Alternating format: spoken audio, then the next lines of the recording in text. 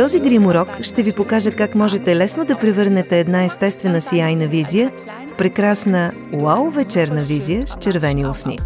За трансформацията на устните използвам нежния молив за устни и копринено томатово червило в цвят Pure Red. Започвам с очертаване на естествените контури на устните, възможно най-прецизно отвън навътре.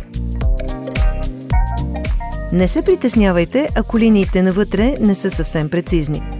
След това разнасям цвета с четка леко към вътрешността на устните, което също така удължава издръжливостта на червилото. След като очертая контура на устните и разнеса молива за устни навътре, започвам с нанасянето на копринено томатово червило. За целта предпочитам да използвам четка, за да работя възможно най-прецизно. След като нанеса червилото, поправям всички малки несъвършенства с нежния молив за устни.